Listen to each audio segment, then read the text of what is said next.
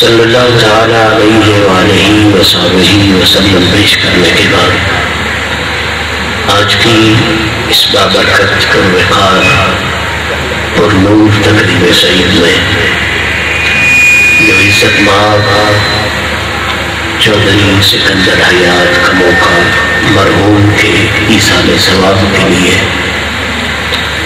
ختم چہلم شریف کے پاکیزہ حوالے سے انعقاد پذیر ہے۔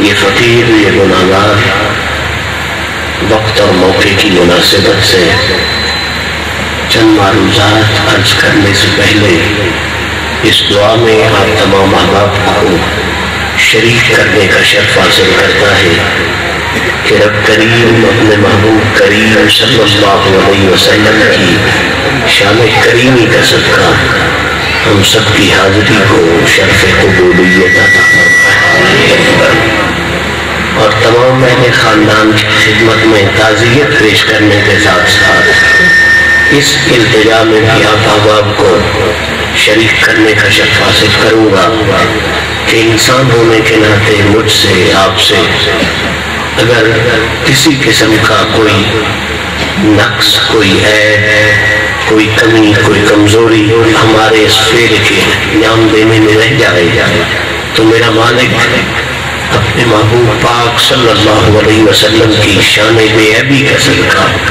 اس عیب کو دور فرمائے، ہماری محنت کو منظور فرمائے اور سرکار کی عزتوں کا صدقہ ہم سب کو اور ہمارے چلے جانے والے اس بزرگ ہستی کو اس جہان میں عزتوں سے بھرپور فرمائے۔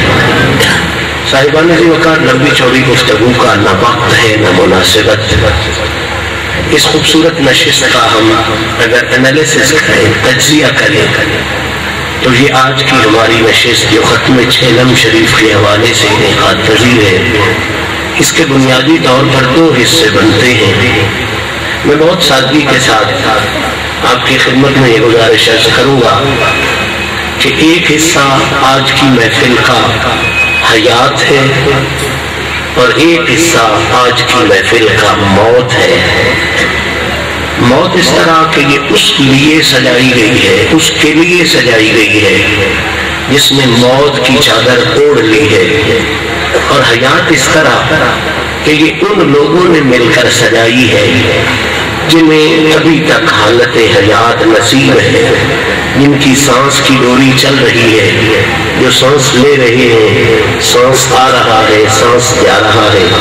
تو بنیادی طور پر اس محفل کے دو حصے ہو گئے، ایک حصہ موت، ایک حصہ حیات۔ میں بغیر کسی تمہید کے اس خوبصورت محفل میں آپ کے خوبصورت ذہنوں کو جس خوبصورت موضوع سے روشناس کرانے کا شرف حاصل کروں گا، وہ موضوع یہ ہے کہ اللہ کے قرآن اور آقا کریم صلی اللہ علیہ وسلم کی مقدس زبان، ان دونوں کی روشنی میں موت اور حیات کی حقیقت کیا ہے اور ان دونوں میں کامیابی کے متعلق اللہ اور اللہ کے رسول کے پیغام کی عظمت کیا ہے۔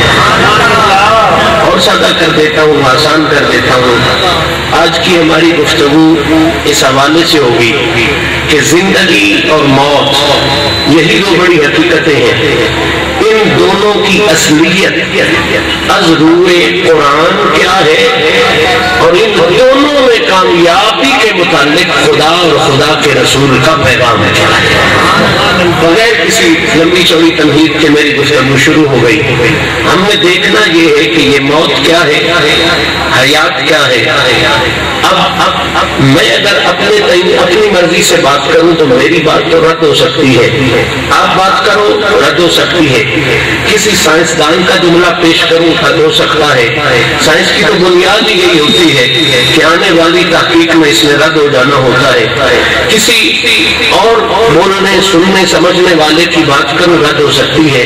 میں چاہتا ہوں آج کی اس خوبصورت محفل میں ان پاکیزہ ہستیوں کی بات کروں کہ جن کی بات نہ فرشوں پہ رد ہو سکتی ہے نہ عرشوں پہ رد ہو سکتی ہے۔ اور مجھے یہ جملہ کہتے ہوئے مزہ آئے گا کہ ہر انسان کی بات رد ہو سکتی ہے، فرشوں عرشوں پہ اگر نہیں رد ہو سکتی تو ایک مصطفیٰ کی زبان کی بات رد نہیں ہو سکتی، دوسرا رب کے قرآن کی بات نہیں رد ہو سکتی۔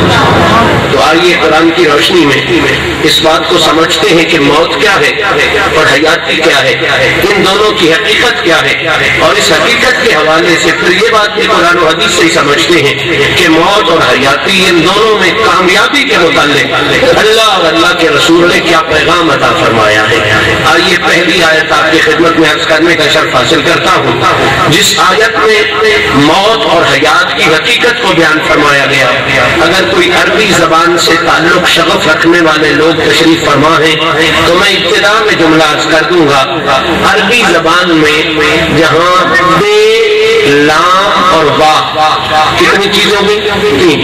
بے، لام اور وا، یا کچھ تبدیلیوں کے ساتھ یا۔ بیٹے بہت مہربانی ہوگی آپ کی، ان کو کہیں چھوڑ آئے۔ بے، لام اور وا یا بے، لام اور یا، یہ جہاں بھی آئیں تو وہاں اس کا معنی امتحان ہوتا ہے، آزمائش ہوتا ہے، امتحان ان کا معنی ہوتا ہے۔ اب میری گفتگو شروع ہو گئی، ہم نے قرآن کی روشنی میں دیکھنا ہے موت کیا ہے اور حیات کیا ہے، اور ان دونوں میں کامیاب ہونے کے متعلق اللہ اور اللہ کے رسول کا پیغام کیا ہے۔ قرآن مجید کی پہلی آیت سماعت فرمائیں جو موت اور حیات کی حقیقت کو کھول رہی ہے۔ میرا مالک فرماتا ہے تبارک الذی بیدہ الملک وہو علی کل شیء قدیر الذی خلق الموت والحیات لیبلوکم۔ آخری بندے تک توجہ، میں نے بے، لام اور وا پہ بات کی تھی کہ جہاں بے، لام اور وا آئے اس کا معنی امتحان ہوتا ہے۔ اب رب فرما رہا ہے برکتوں والا ہے وہ رب، بے مثال برکتوں والا ہے وہ رب جس کے ہاتھ میں کل کائنات کی بادشاہی ہے اور وہ ہر چیز پر قادر ہے۔ یا اللہ ٹھیک، یہ بتا موت کیوں بنائی اور حیات کیوں بنائی؟ تو میرے مالک کا فرمان خلق الموت والحیات لیبلوکم، او انسان سمجھ لے میں نے موت بھی تمہارے امتحان کے لیے بنائی ہے، میں نے زندگی بھی تمہارے امتحان کے لیے تخلیق کی ہے۔ بہت خوب، آپ لوگوں کا ذہن میری طرف چل رہا ہے اور مسئلہ سمجھنے میں آپ کوشش فرما رہے ہو۔ قرآن پڑھ رہا ہوں، کہانی نہیں سنا رہا، سٹوری نہیں سنا رہا، حکایت نہیں سنا رہا، یہ نہیں کہہ رہا ٹبے سے آواز آئی، ٹیلے سے آواز آئی۔ الحمدللہ جو آواز پیش کروں گا وہ یا قرآن کی آواز ہوگی یا مدینے والے آقا کی مقدس زبان کی آواز ہوگی۔ تو قرآن نے جو آواز عطا فرمائی، جو پیغام عطا فرمایا وہ کیا تھا؟ خلق الموت والحیات لیبلوکم۔ اللہ فرما رہا ہے موت بھی تمہارے امتحان کے لیے ہے اور یہ ساری حیات بھی رب نے تمہارے امتحان کے لیے بنائی ہے۔ اب عجیب بات ہے، قانون دان حضرات تشریف فرما ہوں گے، سمجھنے والی چہرے میرے سامنے بیٹھے ہیں۔ اللہ نے یہ بات صرف اجمالی طور پہ نہیں بیان فرمائی کہ ایک جگہ پہ بیان کر دی، بلکہ قرآن مجید کا مطالعہ کرے تو اللہ نے حیات کے ٹکڑے کیے، حصے بنائے اور زندگی کے ایک ایک حصے کا مقصد یہ بیان کیا کہ یہ حصہ بھی جو تیری زندگی کا ہے یہ بھی میں نے بیکار پیدا نہیں کیا، یہ بھی تمہارے امتحان کے لیے پیدا فرمایا۔ سب سے پہلا انسان کی پیدائش میرا مالک فرماتا انا خلقنا الانسان من نطفۃ امشاج نبتلیہ، ہم نے انسان کو ملے ہوئے نطفے سے پیدا کیا۔ یا اللہ مقصد کیا تھا؟ پھر وہی بے، لام اور یا آ گئی، بے، لام اور یہ آئی، معنی امتحان کا ہوگا۔ میرا مالک فرما رہا ہے ہم نے انسان کو ملے ہوئے نطفے سے پیدا کیا۔ مالک کس مقصد کے لیے پیدا کیا؟ فرمایا ہم نے اسے امتحان کے لیے پیدا فرمایا۔ یہ جو فکر ہے نا یہ قرآن میں بے شمار مقامات پر ہے۔ اللہ کریم ابتدائے انسانیت کی طرف انسان کو بڑا متوجہ کرتا ہے اور بہت سے مسائل اسی مقام پہ حل ہو جاتے ہیں۔ کہیں فرمایا فَلْيَنْظُرِ الْإِنسَانُ مِمَّا خُلِقَ، انسان کو سوچنا چاہیے وہ کس چیز سے پیدا ہوا۔ آج آکڑ خان بنتا ہے، کہتا ہے مجھ پر ڈسٹ الرجی ہے، پولوشن مجھے خراب کرتا ہے، مٹی آ جائے تو میری ٹور میں فرق پڑ جاتا ہے۔ اللہ فرماتا ہے فَلْيَنْظُرِ الْإِنسَانُ مِمَّا خُلِقَ، انسان جب آکڑ خان بنے، تکبر اور غرور کا بھرا ہوا نمونہ بنے، اسے پہلے سوچنا چاہیے تو بنا کس چیز سے ہے، تیری حیثیت کیا ہے، تیری اصلیت کیا ہے۔ خلق من ماء دافق یخرج من بین الصلب والترائب۔ اے آکڑ خان انسان، آج تو دوسرے انسان کو انسان نہیں سمجھتا، پیسے کی وجہ سے، دولت کی وجہ سے، اپنی طاقت کی وجہ سے۔ سن، بنا وہ بھی اسی سے ہے، بنا تو بھی اسی سے ہے، اور وہ کیا چیز کیا ہے، اپنی حیثیت پہ غور کر۔ خلق من ماء دافق یخرج من بین الصلب والترائب۔ میرا مالک فرماتا ہے انسان تو اس پانی سے بنا ہے، جو پانی جسم پہ لگے تو جسم ناپاک ہو جاتا ہے، کپڑے پہ لگے تو کپڑا پلیت ہو جاتا ہے، کسی چیز سے لگے تو وہ چیز پلیت ہو جاتی ہے۔ خوبصورت باشعور چہرے میرے سامنے ہے، کوئی شک نہیں وہ پانی ایسا ہی ہے جو جسم پہ لگے تو جسم ناپاک، کپڑے پہ لگے تو کپڑا ناپاک، کسی چیز سے لگے تو وہ چیز ناپاک۔ کوشچن یہ بنتا ہے، اور اس کوشچن کا اگر مزہ لیں گے تو میرے آنے کا مقصد پورا ہو جائے گا۔ کوشچن یہ بنتا ہے، سوال یہ بنتا ہے کہ یا اللہ اس میں کوئی شک نہیں کہ انسان بنا تو اسی پلیت پانی سے، ناپاک پانی سے، جو کپڑے پہ لگے کپڑا پلیت، جسم پہ لگے جسم پلیت، چیز کسی سے لگے وہ چیز پلیت، بنا اسی ناپاک پانی سے۔ لیکن مالک ہمارا سوال یہ ہے وہ اتنے ناپاک پانی سے بنا، پھر وہ اتنا پاک کیسے ہو گیا؟ بڑی توجہ، اس جملے پہ بڑا غور کرنا ہے۔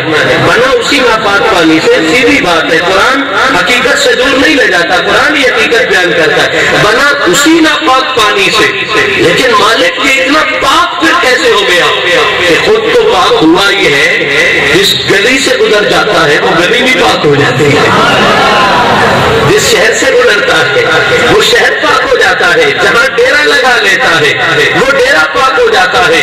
اور نسبت والے لوگ، پیر سیال کی غلامی والے لوگ اور رعایا کاملین کے تعلق والے لوگ بیٹھے ہو، ایک جملہ نظر کر رہا ہوں، یا اللہ بنا اتنے پلیت پانی سے اور پھر اتنا پاک ہو گیا کہ جسم تو جسم، ہاتھ تو ہاتھ، قدم تو قدم، ایک دفعہ کسی پہ بھر کے نظر ڈال دے تو میرا مالک یہ اسے بھی پاک کر دیتا ہے۔ یہ اتنا بڑا فرق، اب خود سوچو تو صحیح نا، یہ فاصلہ سوچو تو صحیح، اتنا پلیتی کدھر، اتنی پاکی کہاں، کتنی ناپاکی، کتنی پاکی، ادھر پلیتی کی انتہا، ادھر قبلہ پاکی کی انتہا، ادھر کپڑے سے لگے کپڑا پلیت، جسم سے لگے جسم پلیت، چیز سے لگے چیز پلیت، ادھر اتنا پاک کہ گلی سے گزرے تو گلی پاک، شہر سے گزرے تو شہر پاک، کسی کو دیکھ لے تو اس کا سینہ بھی پاک، کسی کو سینے سے لگائے تو اسے بھی پاک۔ کہاں وہ پلیتی، کہاں یہ پاکی؟ کوشچن یہ بنتا ہے یا اللہ اتنا جو پلیت تھا یہ اتنا پاک کیسے بنا؟ پوری توجہ چاہوں گا اور یہ جواب عرض کرنا چاہتا ہوں، اتنا جو پلیت تھا مالک یہ اتنا پاک کیسے بنا؟ قرآن پڑھ رہا ہوں، ذمہ داری سے پڑھ رہا ہوں، رب نے جواب عطا فرمایا، لقد من اللہ علی المؤمنین اذ بعث فیہم رسولا من انفسہم یتلو علیہم آیاتہ ویزکیہم۔ ذمہ داری سے بات کر رہا ہوں، یزکیہم کا فاعل اس مقام پر سید المفسرین عبداللہ ابن عباس سے لے کے آج کے دور کے آخری مفسر تک یہ لکھ رہا ہے کہ یزکیہم کا فاعل اس مقام پہ خدا کی ذات نہیں، محمد مصطفیٰ کی ذات ہے۔ تو پھر فیصلہ کیا بنا، رزلٹ کیا نکلا؟ رب یہ اعلان کر رہا ہے تھا تو اتنا پلیت، اتنا